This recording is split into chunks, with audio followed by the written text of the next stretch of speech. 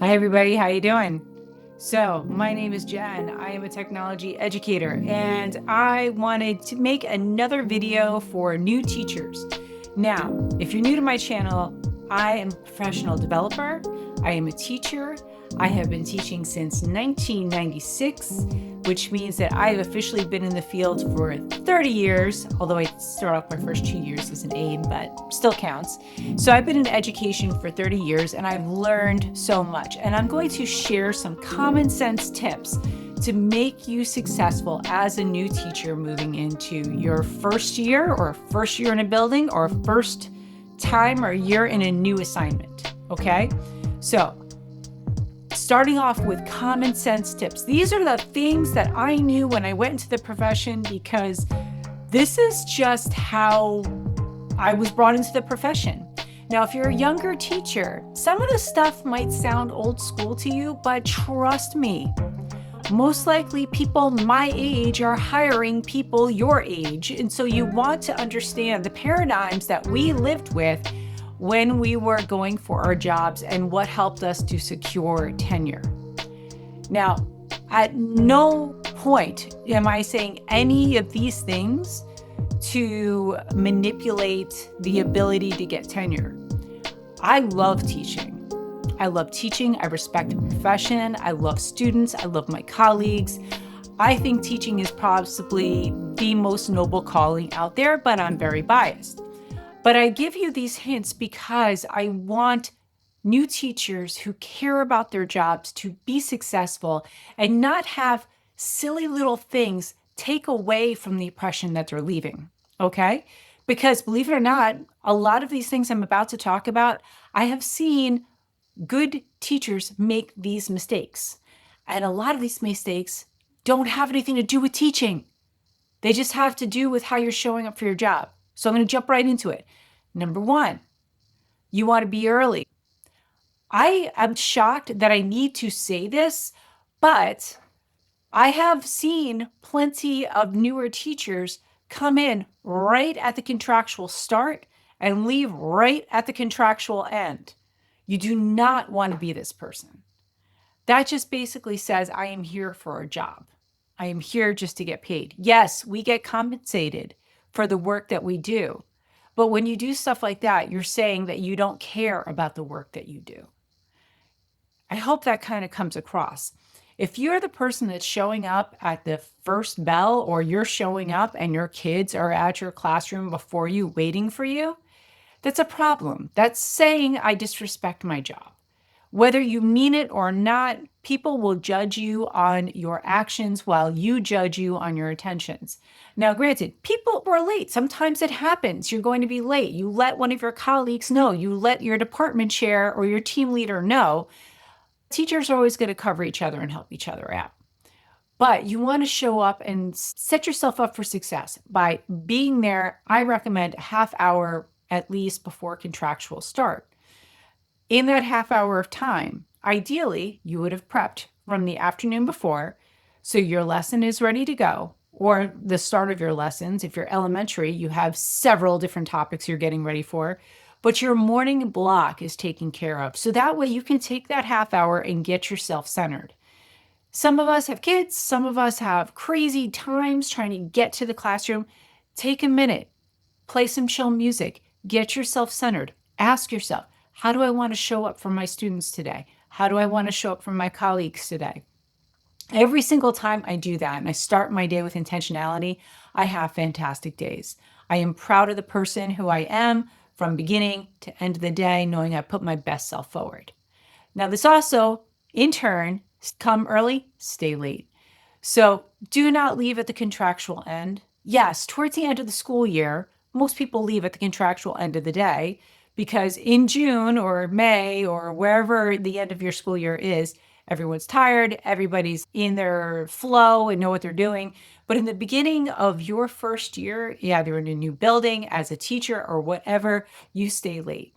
You get yourself ready for the next day. You do not play the as soon as the bell rings, I am out the door. That is the fastest way to get yourself not asked back because it's saying you don't care about the job.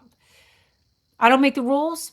These are just the rules I was made with, and these are unspoken rules. That's why I said these are common sense things that I was brought into teaching with, and I'm passing on to you because no one in your job is most likely going to say these things to you, because people would get in trouble for saying these things to you at your job, because a lot of these things may not be contractually written down anywhere. So what I'm sharing with you are some of the unspoken rules that I see are pervasive throughout education. So that was number one. And two, come early, stay late.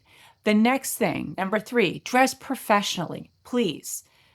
You want to do corporate casual. Save jeans for a Friday if it's allowed, but show up to this job dressed for the job you want, not the job you have. Now, there's a caveat for this. If you're PE, if you're an art or shop teacher, if you are a preschool or a kindergarten teacher, listen, I taught 2 years of kindergarten. My pants were a mess all the time from little gummy hands and stuff like that. They're adorable little scooches. But yes, I would have glue all over my legs. But you want to dress like a role model because you are one. And also, when I dress well for work, I hold myself differently. I feel prouder about myself. And it just shows that I respect myself and I respect my job. So for men, this might be ties, polos, sweaters. You know what was most appropriate for where you're going. And for my ladies, it doesn't mean dresses. It just means being well put together. Just be well put together. Have some intentionality in your wardrobe. There we go. So you want to dress well. Dress like you respect your role, because you should. Number four, you want to ask about what are some of the unspoken rules. Now, I gave you one about being early and staying late. That's pretty much pervasive. I gave you another one about how you dress. That's also pervasive. But each place has its own personality. So, for example, there's a place I worked at where almost all teachers can cover other teachers, and almost all the time you will be offered to be compensated. You could find yourself in a position, especially as a new teacher, where if you volunteer to be compensated to cover somebody else's class, you might get asked frequently to do that. This could be problematic. The reason why this could be problematic is because when you're covering for somebody, that means you're giving up one of your prep periods. If you're consistently giving up one of your prep periods to go cover other people's classes to be compensated, what are you saying? I don't need or I won't use my prep periods, which also means how hard are they working? I know this sounds weird, and I know this might sound somewhat unfair, but you never know the logic by which some other people might be looking at when looking at your actions. And as a new untenured teacher, this does matter a lot. So this can be interesting because new teachers, we want to be helpful, right? So if somebody's saying, hey, can you cover so-and-so's class? Yes, the new teacher wants to be helpful. But sometimes this can backfire when you're trying to be overly helpful. And so how do you know this balance? You just ask. This is one of those things you just need to ask. This is where you can ask after you build up a rapport with whoever your mentor is going to be or anything like that. Ask them what the unspoken rules are. That can be very helpful. What are some of the unspoken rules about dress, about doing coverages? Is it frowned upon if I make a lot of copies? Do people still make a lot of copies these days? Who knows? But all this stuff is really important to ask. Here's the next thing I'm also going to say is in one of my school districts, there was a teacher who did not take a sick day for, I think, the first 2 years. She actually got an award at the end of each year for not taking a sick day. I think she might have even gotten all the way through tenure with no sick days. This does not mean she was not sick. She absolutely got sick during that time. Nobody wants you to be at work spewing phlegm, coughing, sneezing, all of that stuff. But be conscientious about how you use them. Being very serious. So don't idly just take days. That sick time is there for you to be sick when you are not feeling well.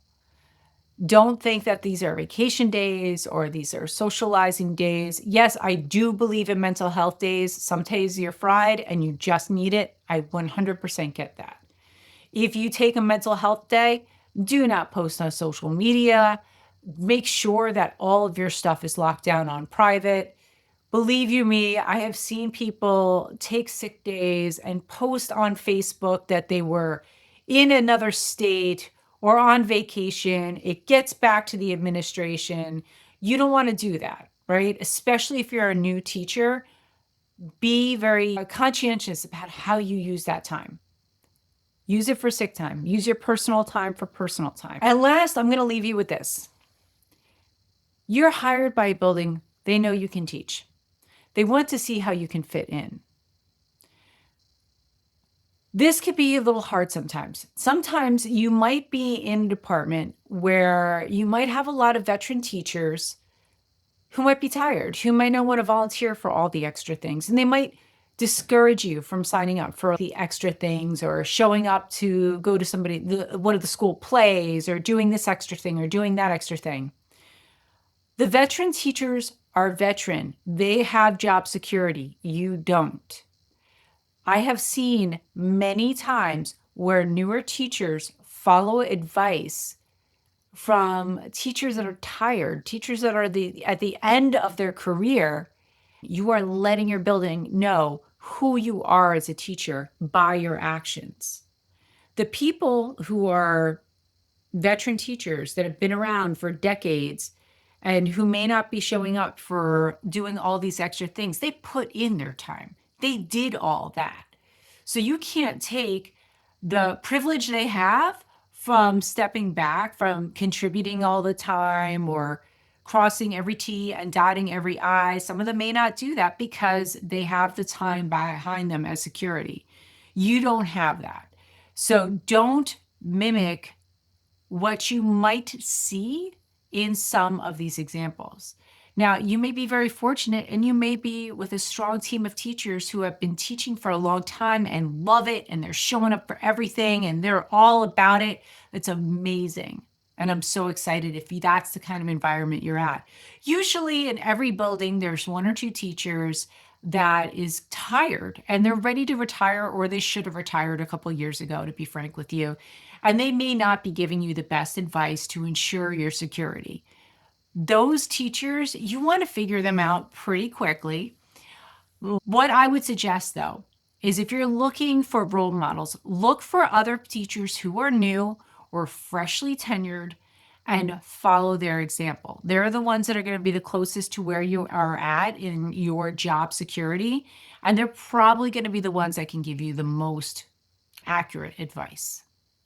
So anyway, I hope these suggestions, these common sense tips are helpful. I'm going to try and roll out a few more of these as we're getting ready for the school year. Also, this is the end of July. Now, I know if you're down south that you're about to start school in the next couple weeks. If you're up north, that you may not be starting school until September. Now, about 2 weeks out, maybe even more, you want to start showing up and seeing what you can do in your classroom. Do not wait to the contractual superintendent conference days for you to set up your classroom. Get in there early. Remember, get early, stay late, same thing. Get in early. Believe me, they are noticing who comes in early. And even if the administrators are not there, the staff are, the secretaries are, the custodians are. If the custodians are doing you a favor, bring them food. They will love you for it. Anyway, that's it for me. Peace. I'll see you in the next one.